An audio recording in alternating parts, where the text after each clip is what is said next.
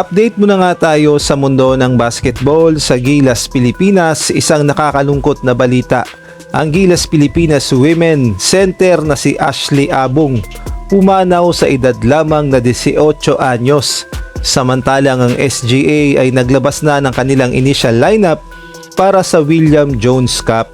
Ngunit bago nga tayo magpatuloy, huwag kalimutang mag-like, subscribe at pakipindot na rin ang notification bell para updated ka sa susunod kong i-upload.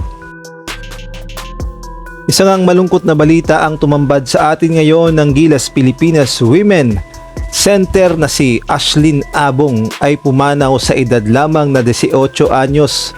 Nakakagulat talaga yan at ayon nga sa initial na report ay nagpa-practice daw umano ang bata nang biglang mag-collapse at ayon na rin yan sa Women Program Director na si Sir Patrick Aquino. Sinugod naman daw sa ospital ang bata ngunit hindi na talaga kinaya at pumanaw na. Si Ashley Abong nga ay consistent member ng Gilas Pilipinas at naglaro siya noong nakaraang taon sa FIBA Under-18 sa Women's Asia Cup Division B. At sa kanya namang paglalaro sa Enyo Bullpups ay nag-a-average siya sa UAAP Season 87 ng 11.63 points, 10.38 rebounds at 1.63 assists per game. At magbigay nga tayo ng sandaling katahimikan para sa Gilas Pilipinas player na si Ashley Abong.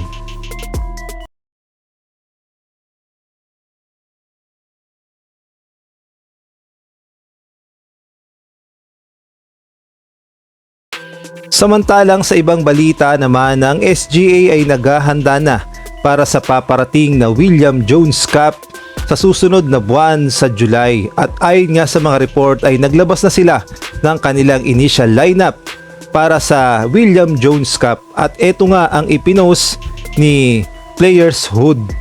At ayon nga kay Players Hood, ito ang nakalagay sa website ng William Jones Cup. Ang sabi nga dito, strong group, unofficial 13-man roster. At ang nakalagay nga dito ng mga players ay si Ange Kwame, Gio Chu, Tanjuan Angie, Andre Robinson, Allen Liwag, DJ Penner, JB Gomez Diliano, Daves Ildefonso, Ian Miller, Renza Bando, Anthony Robinson, Keeper Ravena at itong si Jason Brickman.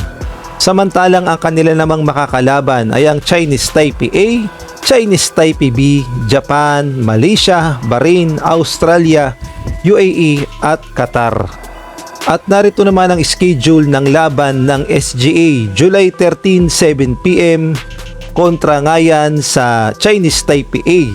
July 14 naman 5pm kontra naman sa Japan. July 15, 5pm kontra sa Qatar. July 16 kontra naman sa Australia.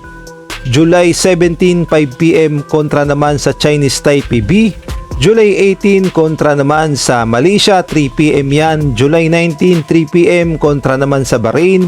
July 20, 3pm kontra naman sa UAE.